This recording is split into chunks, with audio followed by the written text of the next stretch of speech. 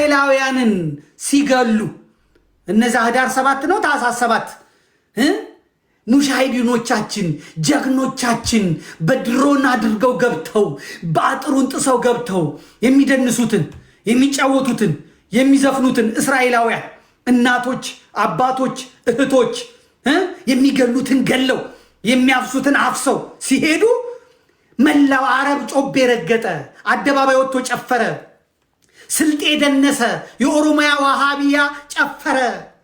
እስራኤል ድራሿ ይጥፋ ከምድረ ገጽ ተጥፋ አለ። በመስጊዳቸው ጨፈፍ እንትን አሉ። እንዴ እናት አላቸው አባት አላቸው እህት አላቸው። እነሱ ሲገሉ ቅዱስ እስራኤል ዜጎቼ ለምን ተገደሉ ብላ መልስ አጸፋ ስትሰጥ ተነካን ተገደልን ሞት ይሄዳል። አያስኬድም።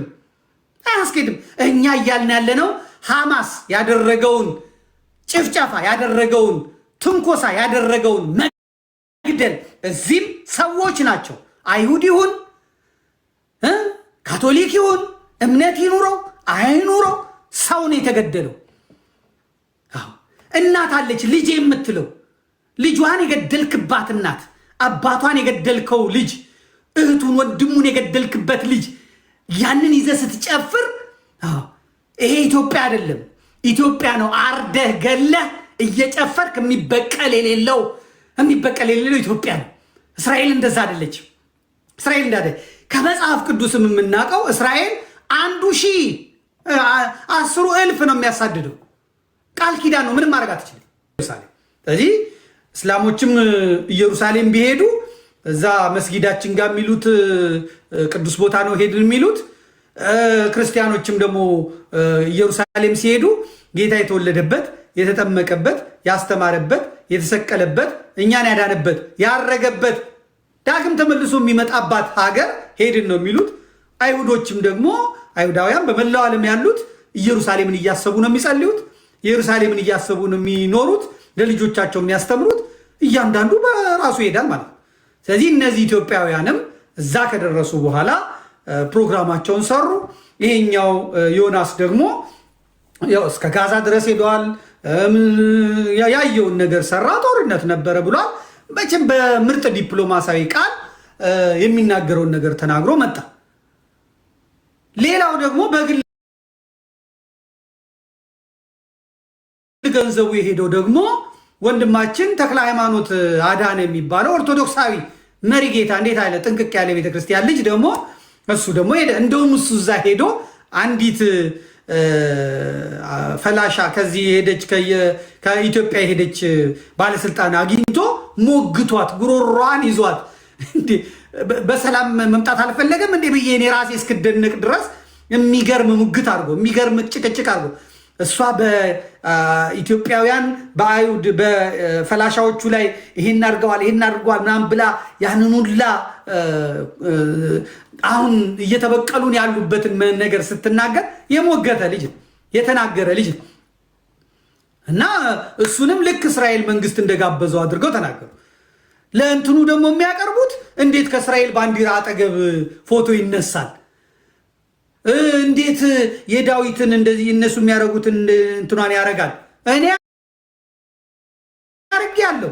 የዳዊትን መቃብር ለመጎብኘት የሚገባ ማንም ሰው ያን እንኳን ባያረግ ፎቅ ኮፍያ ፈልጎ ወይም ሻሽ አድርጎ እዚህ ጭንቅላቱን አድርጎ እንዲገባ የአይሁድ ሕግ ነው። የዳዊት መቃብር የሚገኘው የአባታችን የልብ አምላክ ዳዊት መቃብር የሚገኘው በአይሁዶች ቁጥጥር ስር ነው ያለው።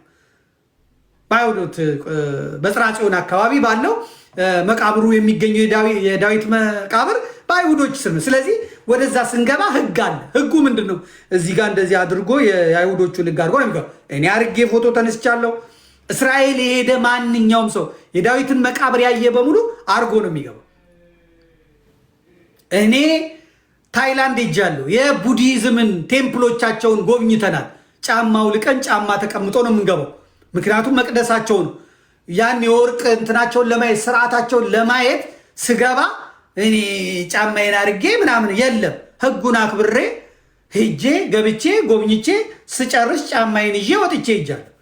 የትኛውም ቱሪስት ኢትዮጵያ ሲመጣ ሲገባ ላሊበላ እገባለሁ ሲል ጫማውን አውልቆ ነው። አክሱም እገባለሁ ሲል ጫማውን አውልቆ ነው። ንግስት ለምን አትመጣም? ፕሬዝዳንት ጆርጅ ቡሽ መጥቷል። አውልቆ ነው ጫማውን አውልቆ ነው። በሀገራቸው ልማድ የለም። የትኛውን ቤተክርስቲያን ሲገቡ ከነሱፋቸው ከነጫማቸው ነው።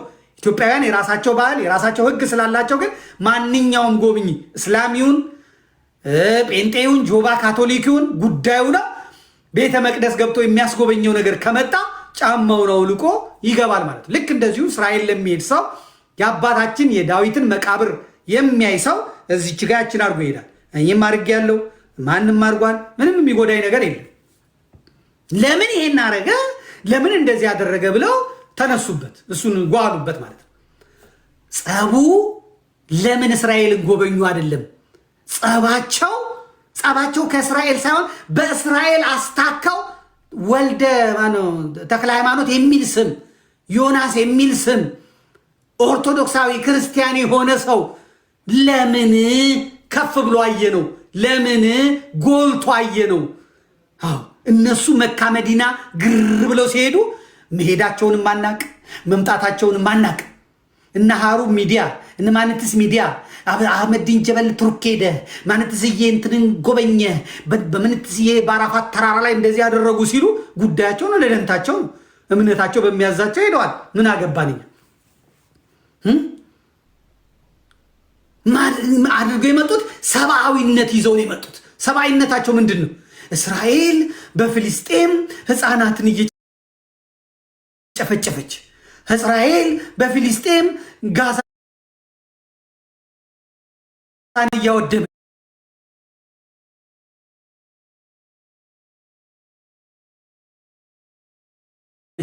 እስራኤል ይህንንም እስራኤላውያንን ሲገሉ እነዛ ህዳር 7 ነው ታኅሳስ 7 ሙሻሂዲኖቻችን ጀግኖቻችን በድሮን አድርገው ገብተው በአጥሩን ጥሰው ገብተው የሚደንሱትን የሚጫወቱትን የሚዘፍኑትን እስራኤላውያን እናቶች፣ አባቶች፣ እህቶች የሚገሉትን ገለው የሚያፍሱትን አፍሰው ሲሄዱ መላው አረብ ጮቤ ረገጠ፣ አደባባይ ወጥቶ ጨፈረ፣ ስልጤ ደነሰ፣ የኦሮሚያ ዋሃቢያ ጨፈረ።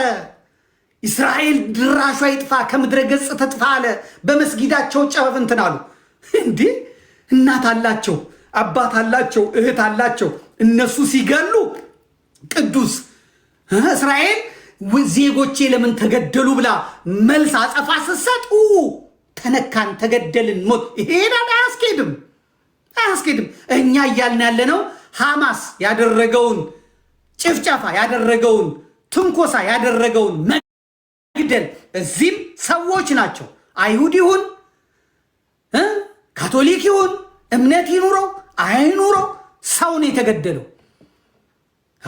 እናት አለች ልጅ የምትለው ልጇን የገደልክባት እናት፣ አባቷን የገደልከው ልጅ፣ እህቱን ወንድሙን የገደልክበት ልጅ ያንን ይዘህ ስትጨፍር ይሄ ኢትዮጵያ አይደለም።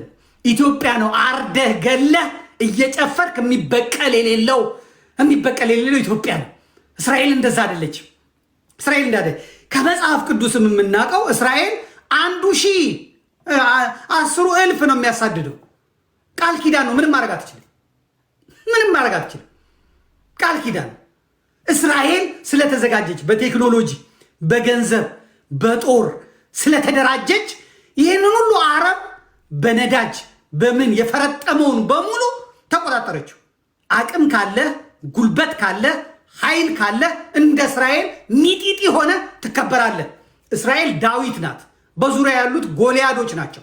ጎልያድን ግንባሩን እያለች ጸጥ ያሰኘችው በዚህ ምክንያት። ስለዚህ የእስራኤላውያንን ቤት በሐዘን ድንኳን ሞልተ የእስራኤላውያንን እናቶች ማቅና መቀመቅ አልብሰ ከዚያ በኋላ ያን ሳታወግዝ ሐማስ ትክክል አልሰራም። የእስራኤልን ወታደሮች ቢመታ እሰየው፣ የእስራኤልን ወታደሮች ቢገል እሰየው። የወታደር ጸባዩ መግደል መገደል ነው። እጣ ፈንታው ንጹሐን ምን በወጣቸውና አንተ እዚህ 10 ንጹህ ስትገል እዛ 1000 ንጹህ ይገደልብሃል። አንተ 100 ንጹህ ስትገል እዛ 10,000 ንጹህ ይገደልብሃል። በቀል ነው የሚመጣብህ፣ ቆጥሮ ነው የሚመጣብህ። እዚህ አሁን ይሄ የአረቡ የዚህ በተለይ እኛ ሀገር ያለው የስልጤና የኦሮሞ እስላም ለፍልስጤማውያን አስቦ አይደለም። እስራኤል መታቻቸው ምናምን ብሎ አይደለም። የፍልስጤም አረቦች ሲጀመር በሶሪያ ሲጀመር በሊባኖስ ሲጀመር በግብፅ አረቦች ፍዳቸውን ሲያዩ የነበሩ አይደል እንዴ? ፍልስጤማውያኖቹ በአረብ እስላሞች አይደል እንዴ የተዋጡት? ቀደምት ፍልስጤማውያን የመልካቸው ከለር ጠይም አልነበር እንዴ? ዛሬ ያሉት ፍልስጤማውያን አረብ የሆኑት ነጭ የሆኑት ከየት መጥተው? የግብፅ፣ የሶሪያ፣ የሊባኖስ፣ ከሳውዲ፣ ከኢራቅ፣ ከኢራን መጥተው ሰፍሮ አይደል እንዴ? እውነቱን እንነጋገርና ኢትዮጵያዊ ከለር የነበራቸው አልነበሩ እንዴ? አልነበሩም። መጠየቅ አለብን። መልስልኝ። ጋዛ የኢትዮጵያ ርስት አልነበር እንዴ? ኢትዮጵያ የሚሰፍሩበት አልነበር እንዴ? እስከ 1948 38 ድረስ ያሉትን ፊልሞች ተመልከቱ። በፊልስጤም ያሉ ፍልስጤማውያን መልካቸው ጥቁር ነው። አረብ አይደል እንዴ? አርዶ ጨፍጭፎ ያስወጣቸው የቀማቸውን መሬታቸውን። ይሄ የምታየው የፊት ቅርጽና የፊት ከለር ነበረ እንዴ? አልነበረም። ከየት ነው የመጣው? እውነቱን እየተነጋገርን መሄድ መቻል አለብን። ይሄ ብቻ አይደለም። እንደ ሳውዲ አረቢያ እንደ ምናምን ጥቁሮችን ያጋዘ ነበር ወይ በባርነት? አባጅፋር እንኳን አባጅፋር ጅማ ተቀምጦ የየምን የኩሉ ኮንታን የጃንጃሮን በደቡብ ኢትዮጵያ ያሉትን ጥቁሮች በሙሉ አይደል የቸበቸበው የሸጠው ለሳውዲ አረቢያ ለአረብ የሸጠው? ከዚምባብዌ ከኬንያ ከኡጋንዳ ከታንዛኒያ የሄዱት አረብ ሀገር የሄዱት እነዛ ሁላ አረቦች የት ሄዱ? የሉም። ወንዶቹ ብልታቸው ተቆርጦ የሴት አረብ ጠባቂ አጫዋች ሆኖ የኖሩት። ለዚህ ነው ያ ሁላ የተሸጠ አረብ ዘሩን ያልተካው ያልወለደው። ሴት ባሪያዎች አረብ ሀገር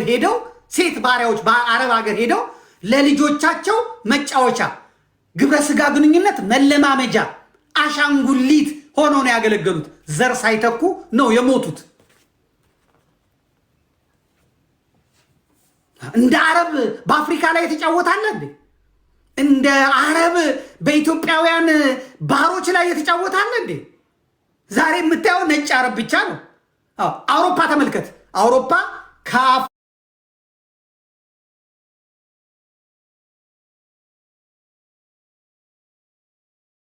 መጥተዋል። እዚህ ፈረንሳይ መጥተዋል፣ ጀርመን መጥተዋል፣ እንግሊዝ መጥተዋል፣ ምን መጥተዋል? ጥቁሮች መጥተዋል።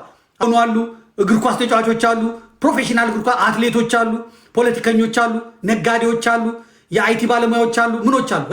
ስታየው ጥቁር ነው ግን ፈረንሳዊ ነው። ስታየው ጥቁር ነው ግን ቤልጂሚያዊ ነው። ስታየው ጥቁር ነው ግን እንግሊዛዊ ነው። ስታየው ጥቁር ነው ግን ጀርመናዊ ነው። ይሄን ቱርክ ውስጥ ታየዋለህ? ይሄን ቱርክ ውስጥ ታየዋለህ ወይ? ይሄን ሳውዲ አረቢያ ውስጥ ታየዋለህ ወይ? ጥቂት አሉ ሳውዲ አረቢያ ውስጥ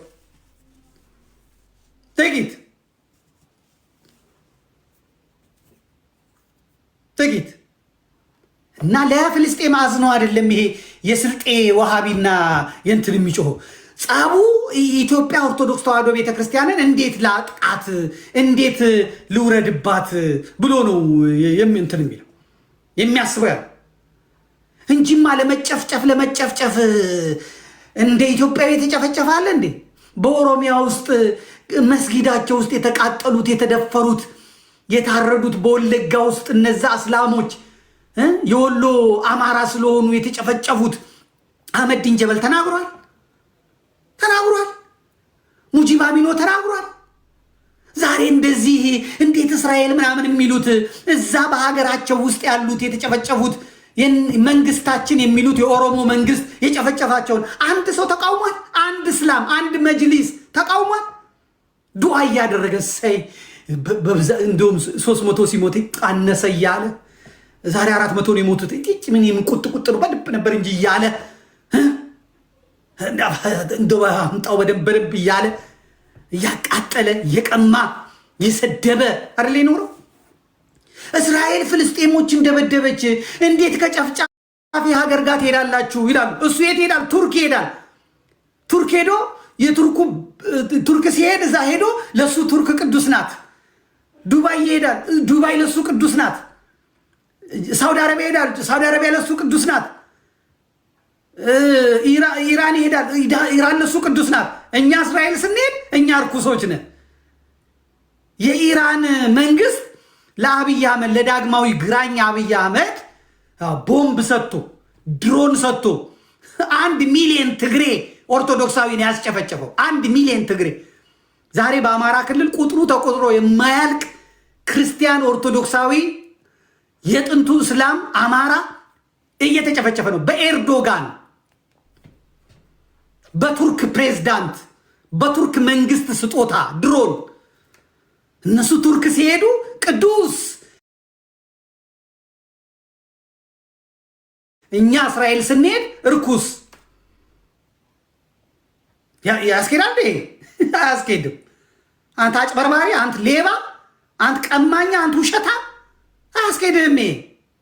ነውረኛ፣ ሃይማኖት የለም። አላህ የምትለውን አታውቀውም፣ አትገዛለትም፣ አትገዛለትም፣ አትገዛለትም። የተባበሩት አረብ ኤምሬት ሱዳን ላይ የሱዳንን ዜጎች ትጨፈጭፋለች፣ የዘር ማጥፋት ወንጀል ትፈጽማለች። በአንድ ሰዓት ውስጥ 4000 5000 ሰው ቲክቶክ ከፍተው ላይቭ እያስተላልፉ ይጨፈጭፋሉ። መሳሪያው የሚገባው በሶማሌላንድ መሳሪያው ይገባል። ያም መሳሪያ ተቀብሎ ለገዳዮቹ የሚሰጠው አብይ አህመድ ነው። አብይ አህመድ ቤኒሻንጉል ውስጥ ባቋቋመው ካምፕ ውስጥ ያስገብጣል። መሳሪያው እዛ ይገጣጠማል፣ ገዳዮቹ እዛ ይገጣጠማሉ፣ ድሮኖቹ ከዛ ይነሳሉ። ሐሚቲ የሱዳንን ህዝብ ይጨፈጭፋል። ከዛ አላሁ አክበር ትላለህ አንተ። አላሁ አክበር ትላለህ። ያንተ አላህ ደም የሚጠጣ ነው ማለት ነው። ያንተ አላህ። ከዛ አንተ ዱባይ ስትሄድ ቅዱስ። አሁን ሙጂብ አሚኖ የዱባዩ መሪ ይሄ ጨፍጫፊ ሰው በላ ታመመ ሲባል ፌስቡኩ ላይ ወጥቶ በጭንቅ ጊዜያችን የደረስክልህንህና አንተንማ ክፉ አይንካ፣ አንተን ክፉ አይንካ አብሎ ጸለየ። እሱ ለደም መጣጭ ለገዳይ የትግሬ ኦርቶዶክሶችን የአማራ ኦርቶዶክሶችን በኦሮሚያ የሚገኙ ኦርቶዶክሶችን ለሚያስጨፈጭፈው ለአብይ አህመድ ድሮን ብር ዶላር እየሰጠ ኢትዮጵያውያንን ቁርቁስ ለሚያቀረቁዘው ለነፍሰ ገዳዩ ለልቡሰ ስጋ ሰይጣኑ ሙጂብ አሚኖ ይጸልያል። እኛ እስራኤል ስለሄድን ቅድስት ሀገራችን ቅድስት ከተማችን የምንናፍቃት ኢየሩሳሌም ብረሳሽ ቀኜ ትርሳኝ ባላስብሽ ምላሴ ከትናጋዬ ጣበቅ እያል ለምንማጸናት ክርስቲያን የሆነ ሁሉ በህይወት ዘመኑ ኢየሩሳሌምን ሳያይ እንዳይሞት ለሚናፍቃት ሀገር ስንሄድ እኛ የጨፍጫፊዋ የእስራኤል እናንተ ቅዱስ ዶማው ላይ ያለ ማሰብ ያለ መማር ዝፍጦች ስለሆናችሁ ማለት ነው። ጭንቅላት ንፍጥ ሲሞላ እንደዚህ ነው። ይሄን ነው የሚያሳስበው። ሆነ መጡ ሃይማኖት ተነጋግረናል። እታች ያላችሁ ኮፒ ሊንክ ሼር፣ ውጭ ያላችሁ ገባ በል። ገና ጨዋታውን አላመጣሁትም።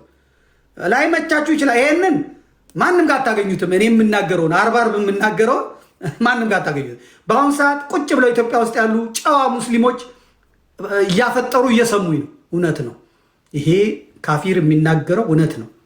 በእውነት ይሄ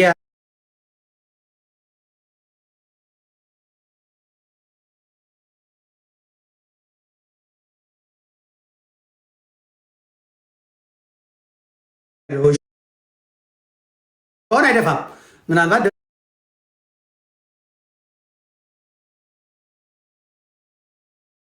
ሊወረውር ይችላል። እሱ ያ ነው ዋሃቢው እንደፈለገ ሊሆን ይችላል። ግን ትክክለኛ ሙስሊሞች ያአላህ አላህ የልጅ ጥሩ እያናገረው ነው፣ ልክ ነው፣ እኛ እኮ አጥፍተናል የሚሉት ይሄ ትክክለኛ ሙስሊሞች። ይሄ ሌባው፣ ይሄ አጭበርባሪ፣ ይሄ ነፍሰ ገዳይ፣ ይሄ ጣራ ቀዳጅ ነው የሚናደደው። ጣራ የእስራኤሉ ፕሬዝዳንት ማንትስዬ ለይፋዊ የስራ ጉብኝት ኢትዮጵያ ሊገቡ ነው ሲባል ጉድፈላ አልኩ። በቃ ሙጂብ አሚኖ አንዋር መስጊድ ወይም እዛ ሶማሌ ተራ ያለው መስጊድ እንግዲህ ህዝቡን ሰብስቦ እስራኤል ጨፍጫፊ ናት፣ ፕሬዝዳንቱ ጨፍጫፊ ነው፣ አብይ አህመድ ይህን ቢቀበለው ብልጽግና የሚቀበለው እኛ የኢትዮጵያ ሙስሊሞች ራሳችንን ቤንዚን እናቃጥላለን፣ እንወጣለን፣ በመተራ ያላችሁ ውጡ፣ በስልጤ ያላችሁ ውጡ ምናምን። ከዛ ትዊተር ደግሞ እንትና ይሄ አምባሳደር ሬድዋን ትክክል አይደለም፣ የእስራኤል ጨፍጫፊዋ ፕሬዝዳንት መምጣት የለበትም። ከዛ ደግሞ ሙፈሪያት ካሚል ይሄ በእውነቱ ከመንግስታችን የሚጠበቅ አይደለም ሸምሱ ከበንደስቲ ምናምን ፓርላማ የገባው ሸምሱ አህመድ ዲንጀበል ትክክል አይደለም። ታሪክ አጣቅስን ነገር እስራኤል እንደዚህ ያደረገችና ንጹሐንን የጨፈጨፈች ናት። እንደው ጠበቅኩ ሙጂብ ቤት እገባለሁ እንጦለጦላለሁ፣ ምንም የለም። ሙጂቤስ እንደነዶ ይዞ ብልጽግና ነው የሚለው። አህመድ ዲንጀበል ቤት ሄድኩኝ። አህመድ ዲንጀበልም ስለ ወንድሙ ቢዝነስ ነው የሚያወራው። ወንድሙ በጣም ሀብታም ሆኗል፣ እሱም ሀብታም ሆኗል። አቡኪ ቤት ሄድኩኝ። አቡኪ አራተኛ ሚስት አምስተኛ ሊያገባ ድርድር ላይ ነው አሉ። ሴትዮዋ ብዙ ጊዜ ለኔ የምትሰጠኝ ከሆነ ድርድር ላይ ነው አሉ። እዛ ሄድኩ፣ እዚህ መጣሁ። ምንም በቃ እስራኤል ጉዷ ፈላ ብዬ እኔ በቃ መንግስትም ተጨነቀ። የት ይገባል ይሄ መንግስት ጉዱ ፈላ ብዬ በእውነት ያው ክስ እየመጣ ነው። ክስ ብሎ ነገር የለም። ስነ ስርዓት እናንተ ስትናገሩ ሰምተናችኋል። እናንተም